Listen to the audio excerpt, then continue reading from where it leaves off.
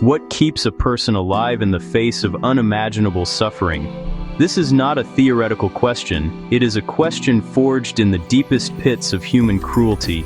In the heart of the 20th century, a psychiatrist named Viktor Frankl was stripped of everything: home, his career, his family, even his name. He was reduced to a number in the Nazi concentration camps.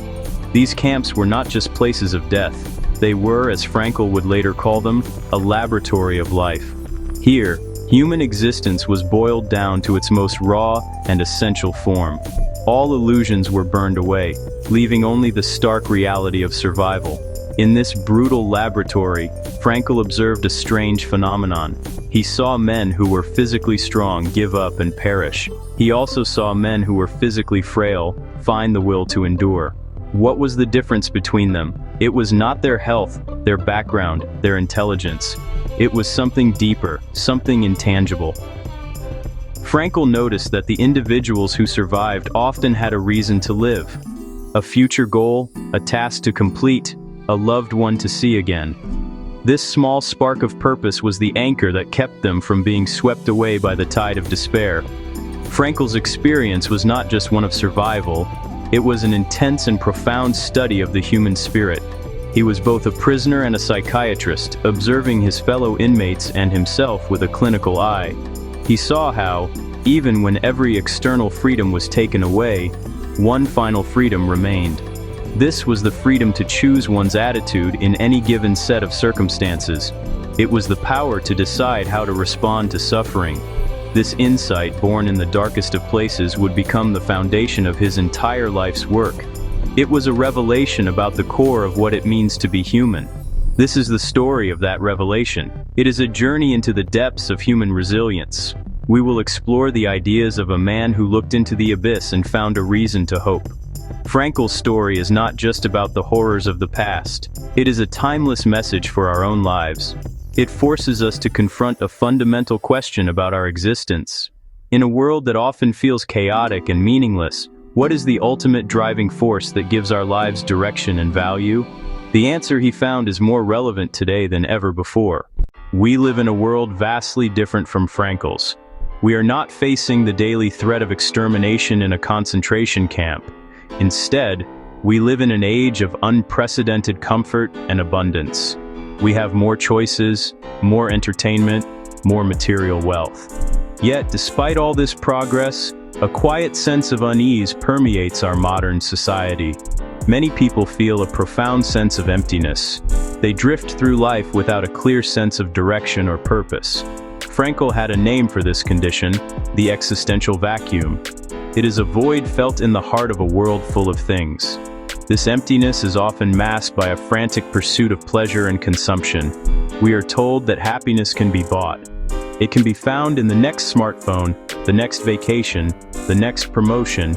Our culture encourages us to chase fleeting moments of pleasure, believing they will add up to a fulfilling life.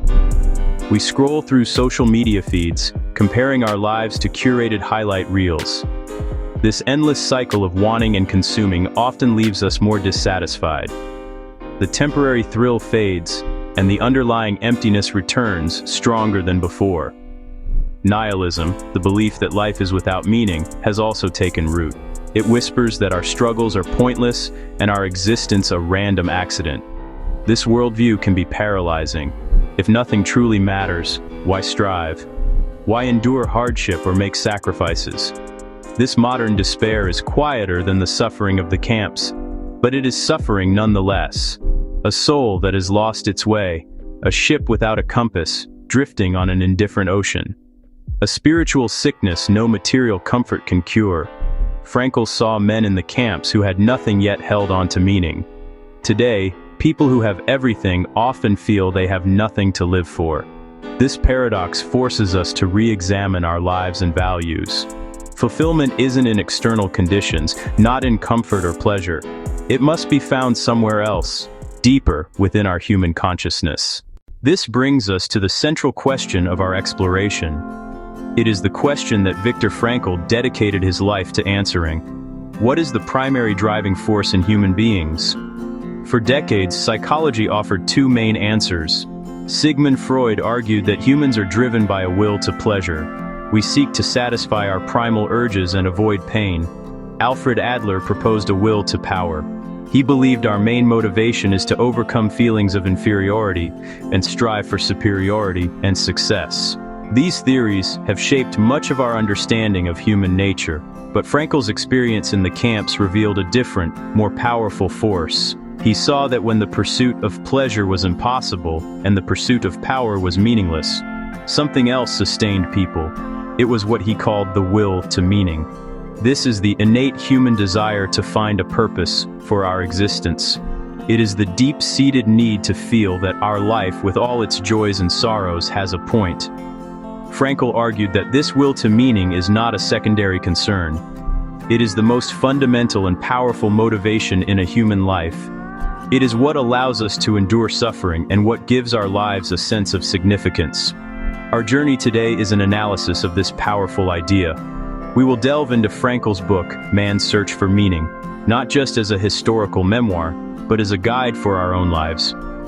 We will examine how this will to meaning can be our compass in a confusing world. We will explore why the direct pursuit of happiness so often fails, and how true fulfillment is a byproduct of a life dedicated to something larger than oneself. This is not a superficial self-help talk. It is a deep, reflective dive into one of the most important philosophical questions we can ask. So, set aside the distractions of the modern world for a moment.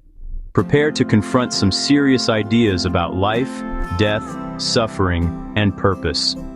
We will challenge the common assumptions about what makes a good life. We will look at the evidence Frankl gathered in the most extreme conditions imaginable. The goal is to understand how we can stop chasing the fleeting shadow of happiness and instead build a life of profound and enduring meaning. The insights we uncover may just change the way you see yourself and the world around you. For much of modern psychology, human motivation was seen through a narrow lens. Thinkers like Sigmund Freud placed the will to pleasure at the center of our being. They argued that our deepest drive is to seek gratification and avoid discomfort. The human being was a creature of instinct, constantly negotiating with its own primal desires. Later, Alfred Adler proposed the will to power as the primary engine of human action. He saw us as beings striving to overcome feelings of inadequacy, seeking dominance. He saw us as beings seeking recognition. These ideas painted a picture of humanity driven by animalistic urges. These ideas painted a picture of humanity driven by social competition, a quest for sensual satisfaction, a quest for hierarchical status. Viktor Frankl, however, proposed a third and more profound alternative. Through his observations in the crucible of the camps, he concluded that the most fundamental human drive is the will to meaning. This is not a desire for pleasure which was utterly absent in the camps, nor is it a desire for power which was a cruel joke for a prisoner reduced to a number. The will to meaning is something else entirely. It is an intrinsic and uniquely human striving to find a reason for one's existence. It is the deep need to understand that one's life and one's suffering has a purpose. This drive is not a mere byproduct of other needs. It is the primary force that organizes and directs a human life. This distinction is not just academic, it has life or death consequences.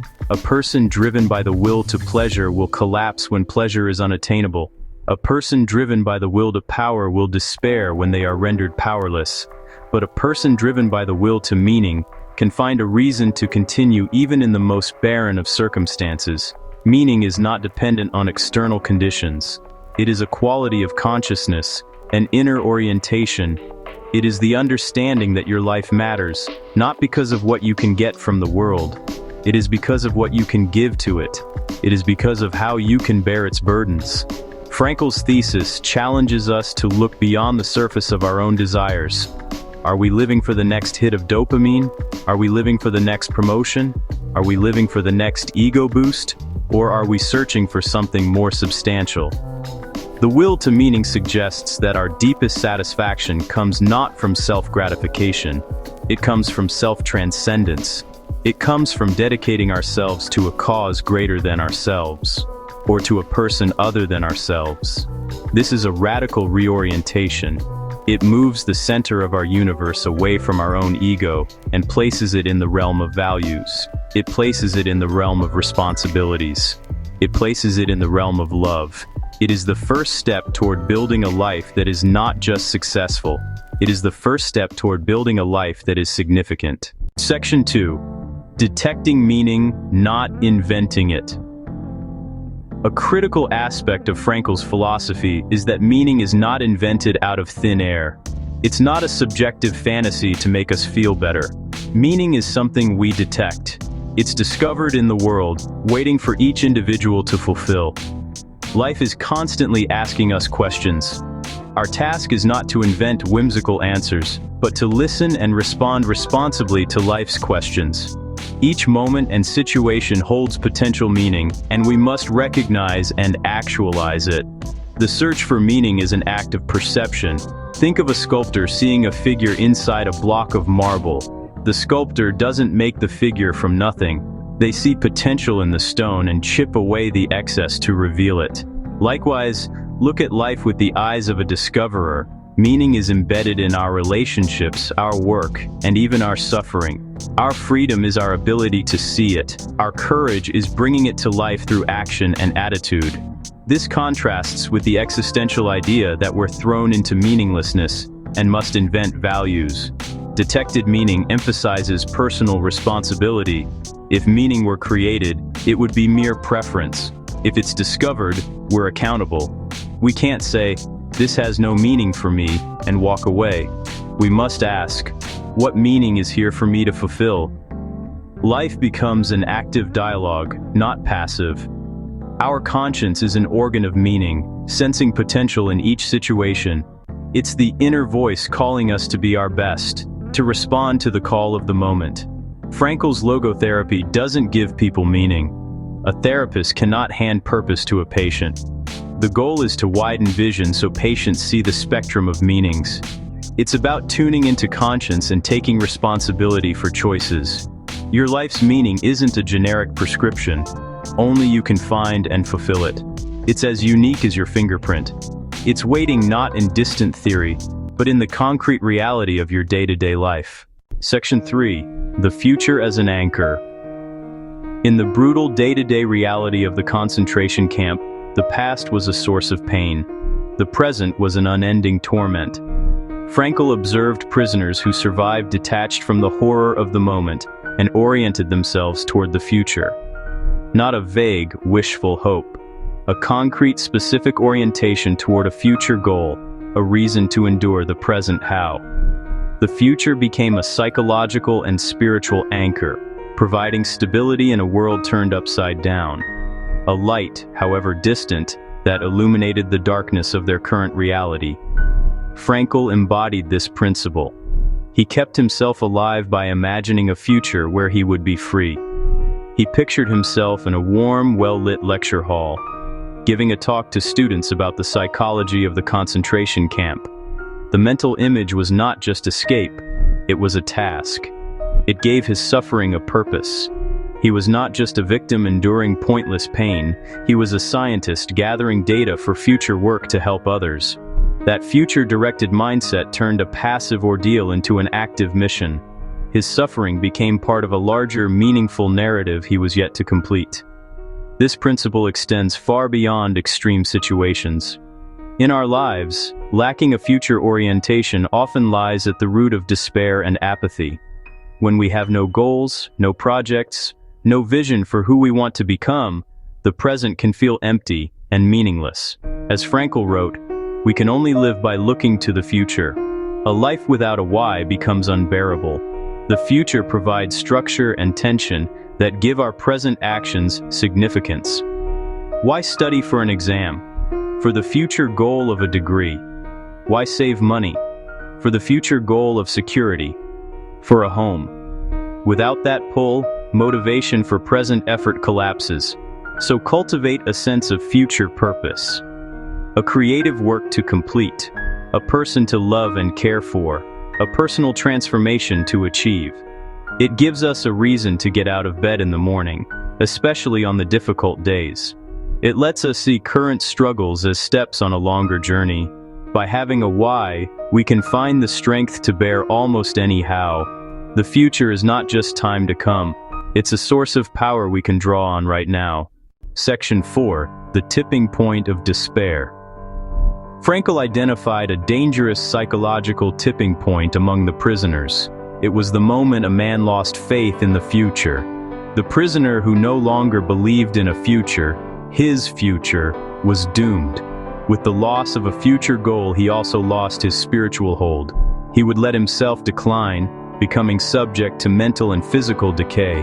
This was not a slow, gradual process. It was often a sudden collapse.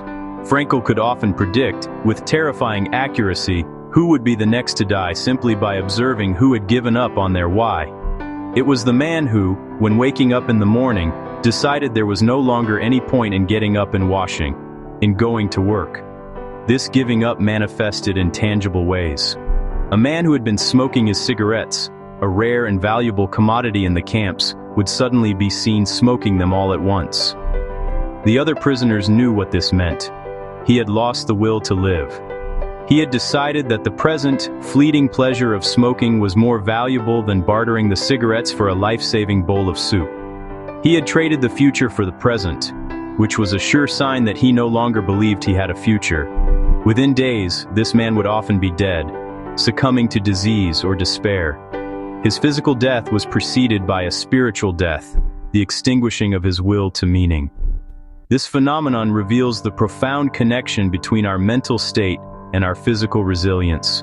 The body and the mind are not separate entities. Our attitude, our hope, and our sense of purpose have a direct and powerful impact on our immune system and our ability to withstand physical hardship.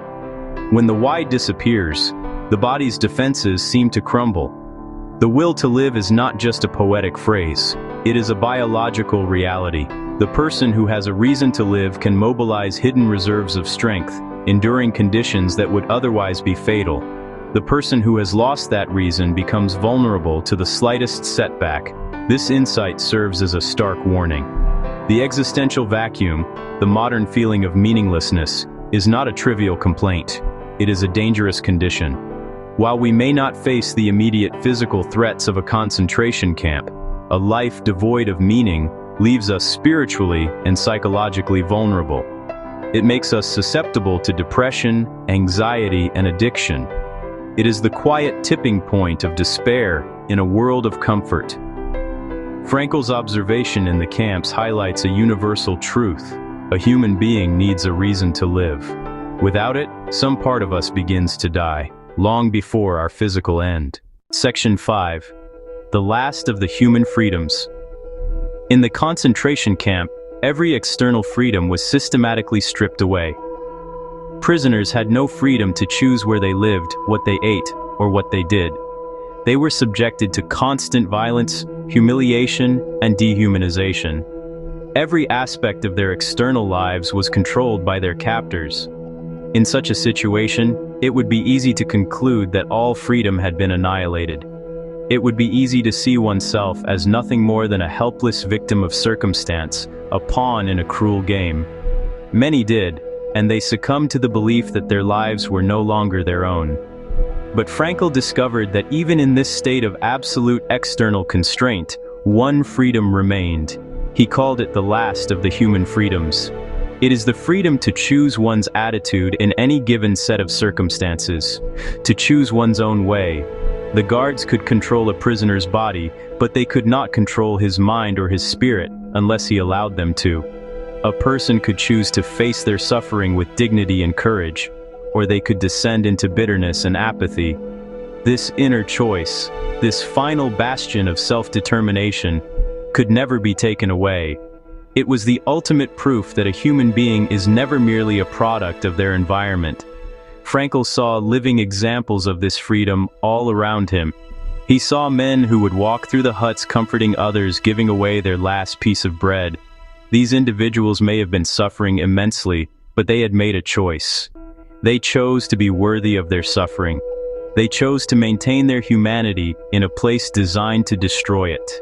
Their actions were a testament to the fact that even when life's meaning is stripped of all joy and creativity, it can still be found in the attitude we take toward our unavoidable fate. This is perhaps the most profound meaning of all, to find purpose in the very act of enduring with courage.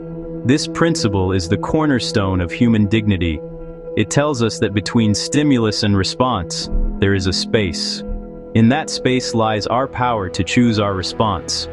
In our response lies our growth and our freedom. This applies to every challenge we face in life, big or small.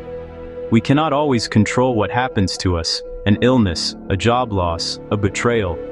But we can always control how we react. We can choose to be victims, or we can choose to be agents of our own lives, finding meaning and strength even in our darkest hours. This final freedom is not a gift, it is a responsibility. It is the power that makes us truly human. Section 1, the path of creation, the deed. If meaning is to be found in the world, not invented in our minds, then how do we find it? Frankl laid out 3 broad pathways. The first and most common is the path of creation, the deed. The path of the active life, bringing something new into the world, making a contribution through our work, through our art, through our service. Meaning is found in building, in creating, in achieving. Purpose comes when we dedicate ourselves to a task larger than our own comfort or pleasure. It's about what we give to the world, rather than what we take from it. Not reserved for famous artists, nor only for groundbreaking scientists. Available to every person in daily life. The carpenter who builds a sturdy table. The teacher who lights a spark of curiosity in a child. The parent who lovingly prepares a meal for their family. Meaning isn't in prestige, it's in the quality of dedication. Do your work, whatever it is, with responsibility and excellence. See your vocation not merely as a job to earn money, but as a sphere of responsibility where you can make a unique contribution. Engaged in meaningful tasks, we practice self-transcendence. Our focus shifts from worries to the work at hand. We lose ourselves in the act of creation and find a deeper, stable self. This is the state of flow, complete absorption in an activity. Frankl knew this decades earlier. Commit to a concrete deed, and you anchor yourself in reality with tangible purpose. Life stops being an abstract question. It becomes a series of concrete answers forged through action. Ask, what work is there for me to do? What unique contribution can I make with my talents and skills? A grand project, or a small daily act of service. Scale doesn't matter. What matters is the commitment to give something back to life, to leave the world slightly better than we found it. The path of the deed grounds us. It gives a reason to get up in the morning. It transforms anxious self-concern into productive, meaningful action. Section 2. The path of connection, love and experience. The second path to meaning is not about what we give to the world, but what we receive from it. This is the path of experience, of encountering something or someone with our whole being. Meaning can be found in moments of profound connection, in experiencing goodness, in experiencing truth, in experiencing beauty. It can be the overwhelming feeling of awe when witnessing a spectacular sunset over the mountains, or the deep sense of peace that comes from listening to a beautiful piece of music. These moments can be so powerful that they can make a life worthwhile in and of themselves. They remind us that the world is full of wonder and that we are capable of experiencing it. The highest form of this experiential path, according to Frankl, is found in loving another person. To love someone is to see beyond their physical form, to grasp the very essence of their being. It is to see the potential within them, what they could be, and to help them actualize that potential. In the act of loving, we transcend our own ego and become oriented toward another. This deep connection provides one of the most powerful sources of meaning a human can experience. Frankl himself was sustained in the camps by his profound love for his wife. He would have conversations with her in his mind, and the memory of her love was a light that shone brighter than all the surrounding darkness. This path reminds us that meaning is not always found in doing, but sometimes in simply being. It is about being open and receptive to the world around us. It requires us to slow down, to pay attention, and to cultivate a sense of wonder. In our busy, goal-oriented culture, we often forget how to simply appreciate the world. We are so focused on getting to the next thing that we fail to experience the beauty of the present moment. The path of experience calls us to pause and to allow ourselves to be moved by the goodness and the beauty that already exist, waiting to be noticed. It is a path of gratitude and appreciation. Therefore, the second question we can ask ourselves is, what beauty can I experience? Who can I love? It encourages us to nurture our relationships, to seek out art, to seek out nature, and to be present to the small wonders of daily life. Even in the most difficult of circumstances, a memory of a loved one, or the sight of a single tree blooming outside a window, can provide a powerful anchor of meaning. This path teaches us that life can have purpose, even when we are not actively creating or achieving. It can be found in the quiet, profound moments of connection with the world and with others. Section 3. The path of courage attitude towards suffering. The first two paths, creation and experience, are about finding meaning in the good things in life. But what happens when we can no longer create? What happens when we are cut off from beauty and love? What happens when we are faced with a fate we cannot change, such as an incurable disease or an unavoidable loss? This is where Frankl presents his third and most profound path to meaning, the attitude we take toward unavoidable suffering. When we are no longer able to change a situation, we are challenged to change ourselves. This is the path of courage, the path of transforming a personal tragedy into a human triumph.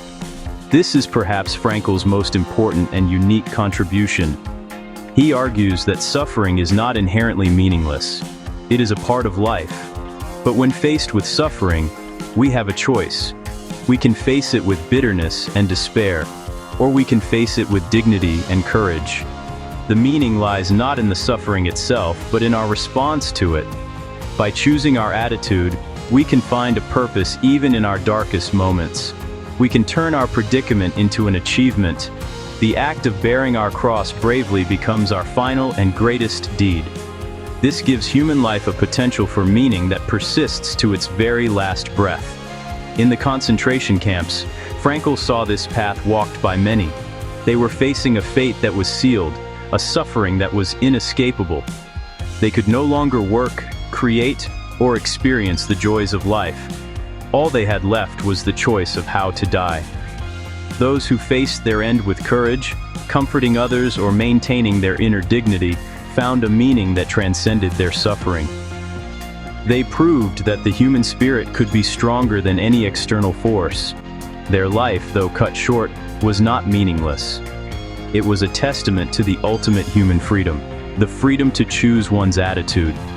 This final path offers a powerful source of hope. It tells us that no matter how difficult our circumstances become, the possibility for meaning is never extinguished. If we are faced with a challenge we cannot escape, we can ask ourselves, how can I face this? How can I bear this burden in a way that gives my life meaning? This is not about pretending that suffering is good. It is about finding a way to be good in the face of suffering. It is the ultimate test of our character and the final frontier of our search for meaning. It ensures that life holds a purpose to the very end. Section 1. The Why and the How. We have journeyed through the darkest corners of human experience and into the deepest chambers of the human spirit. We have followed Viktor Frankl from the brutal laboratory of the concentration camps to the core of his life-affirming philosophy, logotherapy. We have seen that the primary human drive is not for pleasure or for power, but for meaning. It is this will to meaning that allows us to endure hardship, to transcend ourselves, and to build a life of significance. It is a force more powerful than hunger, fear, or despair. It is the engine of our resilience and the source of our deepest fulfillment. The lessons forged in that fire have timeless relevance for our own lives. Frankl's entire philosophy can be distilled into a powerful quote he adopted from Friedrich Nietzsche. It serves as a guiding star for anyone navigating the challenges of life. The quote is this: "He who has a why to live can bear almost any how." This single sentence is the key. It tells us that our ability to endure suffering is not dependent on the absence of pain, but on the presence of purpose. If we have a sufficiently strong reason, a compelling why, we can find the strength to face any difficulty, any how, that life throws our way. It is the why that gives us our strength. This shifts our entire focus. Instead of asking, how can I be happy?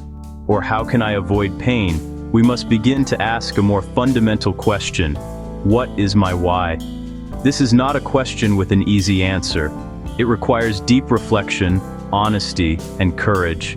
It demands that we look beyond our own immediate comfort and connect with something larger than ourselves. It could be a creative work we feel called to complete, a person whose life we can enrich with our love, or a stand we must take in the face of unavoidable hardship. Finding our why is the most important task of our lives. Without a why, even the most comfortable life can feel unbearable. The how of our daily existence, with its routines, challenges, and frustrations, becomes a pointless burden. We become susceptible to the existential vacuum, drifting in a sea of apathy and quiet despair. But with a why, even a life of immense difficulty can be filled with a sense of significance. Our struggles are no longer random torments, they become necessary steps on a meaningful journey.